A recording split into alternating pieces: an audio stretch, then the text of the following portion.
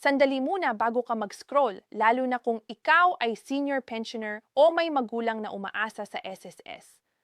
Ngayong araw na ito, may bagong patakaran ang SSS na tahimik na ipinatupad at maraming retirado ang posibleng maapektuhan. Ang iba, hindi pa nila alam na nagbago na pala ang mga patakaran na direktang tatama sa kanilang buwan ng pensyon. Sa video na ito, ipapaliwanag ko kung ano ang binago, sino ang maaapektuhan at kung paano mo maiiwasan ang pagkaantala o pagkawala ng benepisyo. At kung gusto mong laging nauuna sa mga SSS pension payment updates, mga babala at mga pension crisis na nangyayari dito sa Pilipinas, mag-subscribe ka na ngayon. Ang channel na ito ay para sa mga senior at retirado lang para siguradong hindi ka na muling mabibigla sa mga balitang dapat noon mo pa nalaman. Tapusin mo ang video dahil sa huli may mahalagang detalye akong ibabahagi na hindi sinasabi ng SSS sa karamihan. Magandang araw sa inyong lahat mga kababayan. Mayroon akong napakagandang balita na tiyak na makakapagpasaya sa ating mga senior citizens at mga retirado sa buong bansa. Ito ay isang historic announcement mula sa Social Security System na apado ni Pangulong Marcos na makakaapekto sa buhay ng mahigit 3.8 milyong mga pensioners sa buong Pilipinas. Hindi lang ito simpleng announcement, kundi ito ay isang revolutionary program na magbabago sa landscape ng retirement benefits sa ating bansa. Kaya pakiusap, manatiling nakatutok dahil ang impormasyon na ito ay maaaring magbago ng inyong financial future at ng inyong mga mahal sa buhay na miyembro ng SSS. Alam natin na sa panahon ngayon, ang buhay ay hindi madali, lalo na para sa ating mga senior citizens at mga retirado. Tumataas ang presyo ng bilihin, tumataas ang gastusin sa gamot, tumataas ang bayad sa kuryente at tubig, at halos lahat ng pangangailangan ay mas mahal na ngayon kumpara noong nakaraan. Maraming mga retirado ang nahihirapan makaraos sa kanilang monthly pensyon dahil hindi na sapat ang halaga nito upang makasabay sa inflation at sa pagtaas ng cost of living. Narinig ng ating gobyerno ang mga hinaing na ito at ngayon, aksyon na ang kanilang ginawa upang tulungan kayo. Sa ilalim ng direktiba ni Pangulong Ferdinand Marcos Jr. at sa gabay ng dating Finance Secretary Ralph Recto at ng kasalukuyang Finance Secretary Frederick Go, nag-approve ang Social Security System ng isang comprehensive pension reform program na magsisimulang mag-take effect ngayong taon at magpapatuloy hanggang 2027. Ito ay hindi lang ordinaryong increase na isang beses lang mangyayari at tapos na. Ito ay isang structured 3-year program na siguradong magbibigay ng substantial increase sa inyong monthly pension sa loob ng 3 taon. Ang programa na ito ay isa sa pinakamalaking achievement ng SSS sa kanilang 68 years of existence at ito ay patunay ng commitment ng ating gobyerno sa welfare ng mga manggagawa at mga retirado. Ngayon, pag-usapan natin ang detalye ng pension increase na ito dahil importante na maintindihan ninyo kung paano ito makakaapekto sa inyo. Para sa mga retirement pensioner at disability pensioner, makakakuha kayo ng 10% increase sa inyong monthly pension. Hindi lang yan isang beses, kundi 3 beses sa loob ng 3 taon. Ang first tranche ng increase ay nag-start na noong September 2025. Ang second tranche ay magsisimula sa September 2026 na malapit na. At ang third and final tranche ay magiging effective sa September 2027. Kapag natapos na ang 3 taon na ito, ang inyong pension ay tataas ng approximately 33% kumpara sa dati ninyong natatanggap. Imagine yan, 1 3D increase sa inyong monthly income na hindi na kailangang mag-increase ng contribution.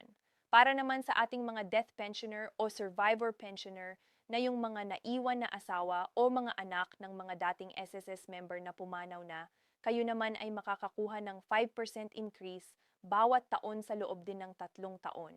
Ibig sabihin, by the end of the 3-year period, ang inyong pension ay tataas ng approximately 16%. Kahit mas mababa ito kumpara sa increase para sa retirement pensioner, ito ay malaking tulong pa rin lalo na sa mga pamilyang umaasa lang sa survivor pension bilang kanilang primary source of income. Ang beauty ng program na ito ay hindi kailangang mag-increase ng contribution rate. Naaalala pa ba ninyo noong 2017 nang nagkaroon ng FICI 1,000 Additional Benefit Allowance? Noon, kinailangan mag-increase ng contribution para masustain yan. Pero ngayong pension reform program, walang dagdag na contribution na kailangan. Ang SS ay nag-study ng mabuti at nag-ensure na ang program na ito ay financially sound at sustainable.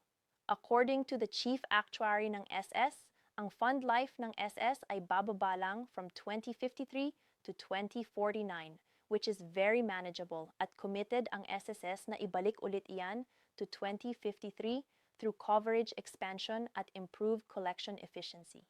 Ito ay magandang balance between helping our pensioners now at ensuring na may fund pa rin para sa future generations. Pero hindi lang dyan nagtatapos ang good news. Meron pang iba't ibang programs na ino-offer ng SS para sa ating mga retirado at senior citizens na makakatulong pa sa inyo. Una sa lahat, meron tayong emergency loan program na available until December 9, 2026 o hanggang sa alisin ng gobyerno ang calamity declaration. Alam naman natin na ang Pilipinas ay madalas tamaan ng bagyo at natural disasters at maraming tao ang nahihirapan bumangon pagkatapos ng sakuna. Ang emergency loan program na ito ay nag-o-offer ng 7% interest rate lang na mas mababa kumpara sa dating 10%. May 6-month moratorium pa, meaning hindi kayo kailangan mag-start ng pagbayad agad. Ito ay malaking tulong para sa mga nasalanta ng kalamidad na kailangan ng immediate financial assistance para makabalik sa normal na buhay. Ngayong early 2026, aasahan natin ang implementation ng bagong micro-an program na specially designed para sa mga pensioner. Ang programa na ito ay nag-offer ng short-term loans na may 15 to 90 days, 10 lang, at ang interest rate ay 8% per annum o 0.67% per month. Ito ay mas affordable at safer alternative kumpara sa mga loan shark o 5-6 na madalas ay nag-aabuso sa mga senior citizens na desperado sa pera. Ang microloan program ay maa-access through partner institutions ng SSS kaya mas madali at mas secured ang process.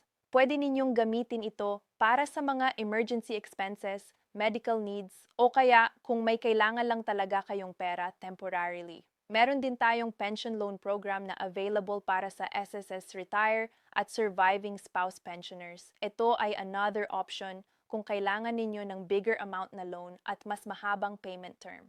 Ang maganda sa lahat ng loan programs na ito ay lahat sila ay designed with the welfare ng pensioners in mind.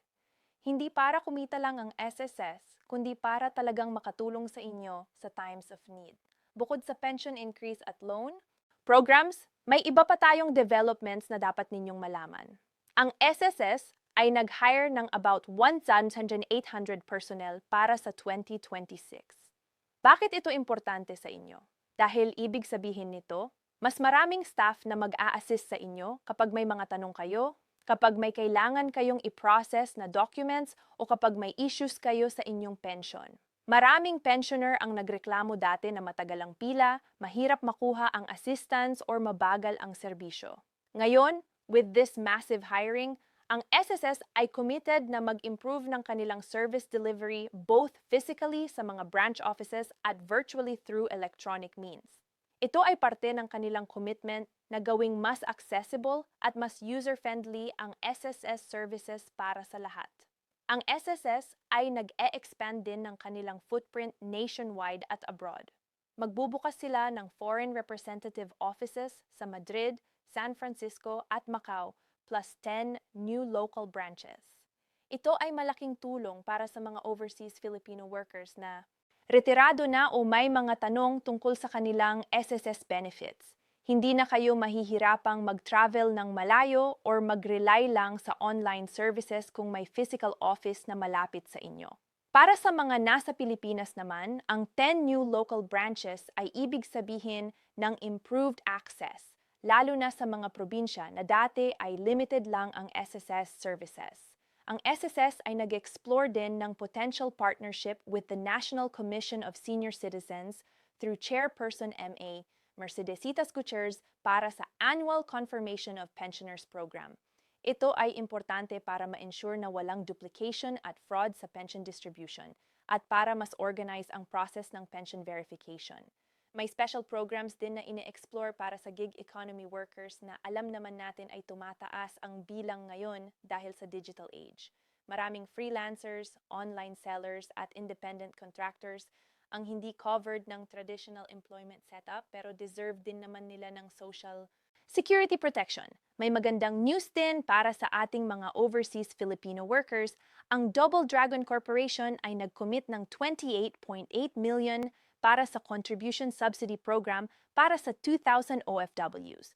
Ito ay malaking tulong para sa mga OFWs na gustong magkaroon ng SSS coverage pero nahihirapan mag-afford ng monthly contribution dahil sa iba't ibang financial obligations. Ang partnership na ito between private sector at SSS ay isang good example kung paano pwedeng magtulungan ng government at business para sa welfare ng workers. Pag-usapan natin ang impact ng pension reform program na ito sa economy from 2025 to 2027. Ang program na ito ay projected na mag-inject ng P92.8 billion into the economy. Isipin ninyo yan, almost P1 billion na mapupunta sa pockets ng mga pensioner na malamang ay gagastusin nila sa iba't ibang bagay. Bibili sila ng pagkain, gamot, damit, babayaran nila ang bills. Bibili ng mga pangangailangan sa bahay at baka may matira pa para sa konting leisure or gifts para sa mga apo.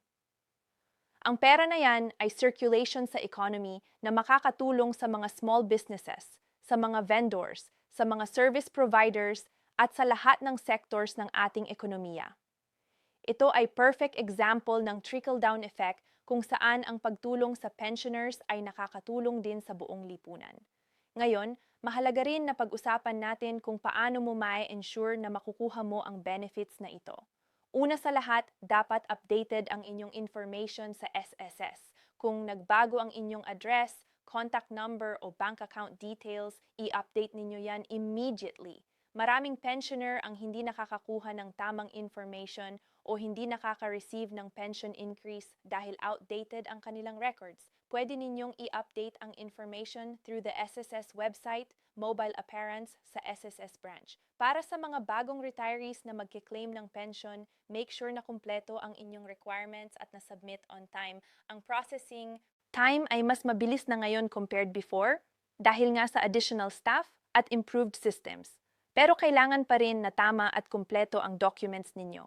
Huwag kayong mahihiyang magtanong sa SSS staff kung may hindi kayo maintindihan or kung may kulang sa inyong documents. Mas maganda na magtanong kayo ng malinaw kaysa mag-assume at mali pala ang ginawa ninyo na magiging sanhi ng delay.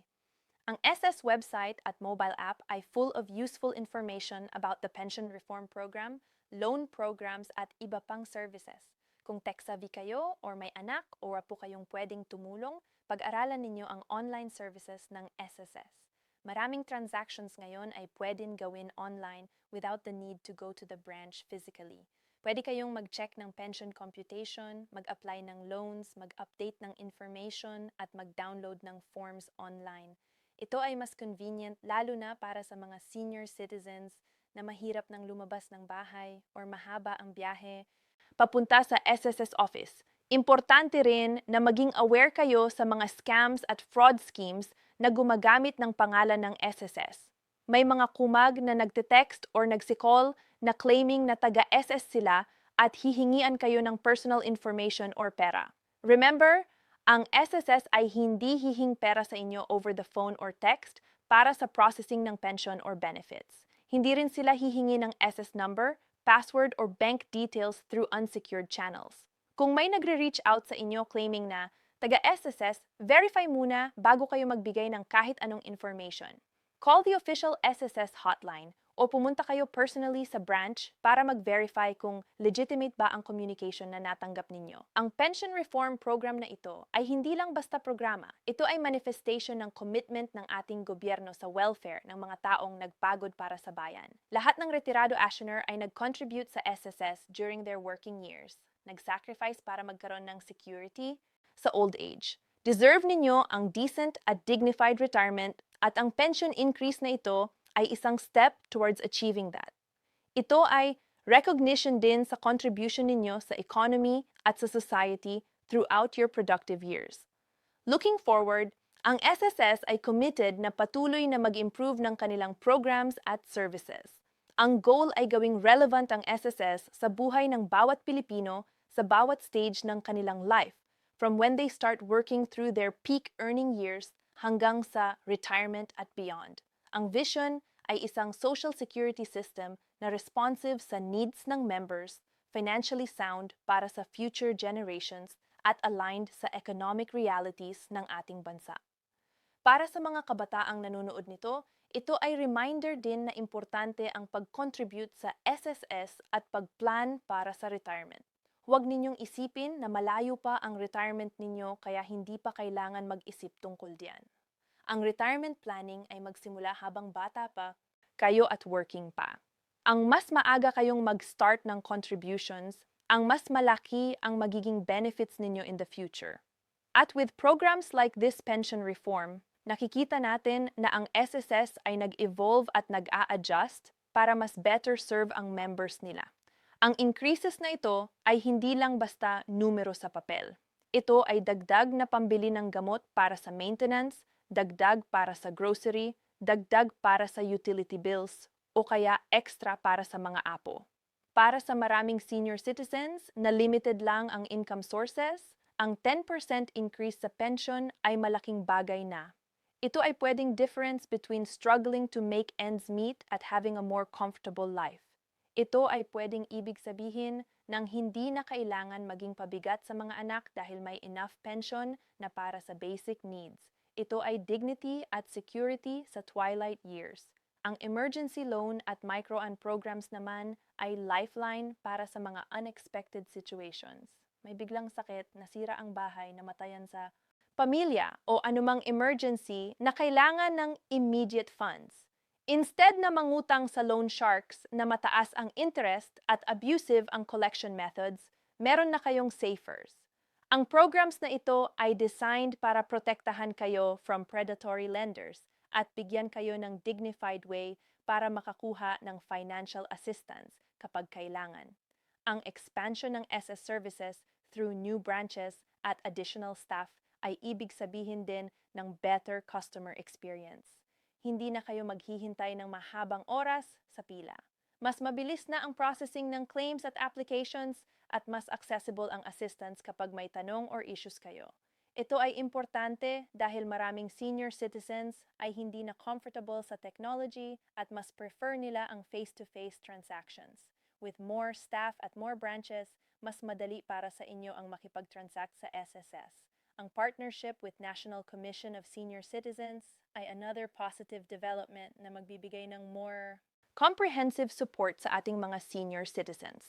Ang collaboration between different government agencies ay crucial para ma-ensure na walang gaps sa services at na lahat ng senior citizens ay naabot ng programs na available para sa kanila. May mga senior citizens kasi na eligible sa multiple benefits pero hindi nila alam or hindi nila na-access dahil sa lack of information or coordination between agencies. Ang partnership na ito ay mag-help para ma-address yan. Sa mga may mga kaanak o kakilala na senior citizen o retirado, i-share ninyo sa kanila ang information na ito. Maraming elderly na hindi na-access ang social media or news kaya dependers para sa updates. Importante na aware sila sa mga benefits na available para sa kanila at kung paano nila ito ma-access. Tulungan ninyo sila mag-update ng information sa SSS, mag-claim ng pension increase, o mag-apply ng loans kung kailangan. Ang small gesture of helping them navigate the system ay malaking bagay na para sa kanila. Para sa mga pensioner na currently nasa abroad, huwag ninyong mag-alala dahil ang pension increase ay automatic at makukuha ninyo pa rin yan through your designated bank account or payment method.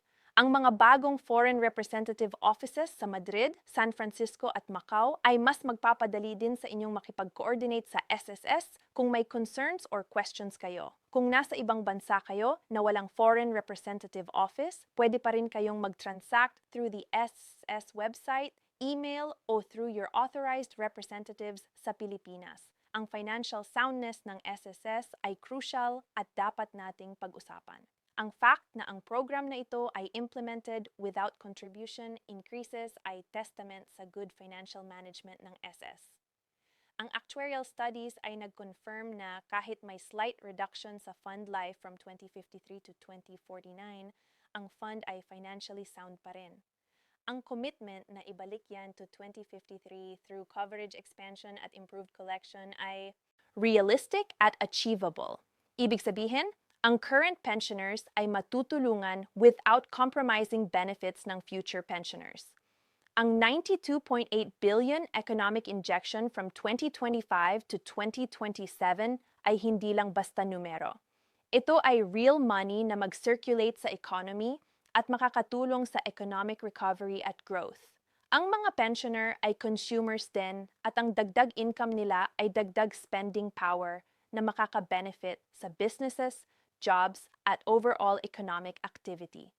Ito ay win-win situation para sa pensioners at para sa economy. Sa pagtatapos, ang pension reform program at ang iba pang initiatives ng SSS ay clear indication na ang ating gobyerno ay committed sa welfare ng ating mga senior citizens at retirados. Ito ay hindi perfect at may room pa for improvement, pero ito ay significant step sa tamang direction.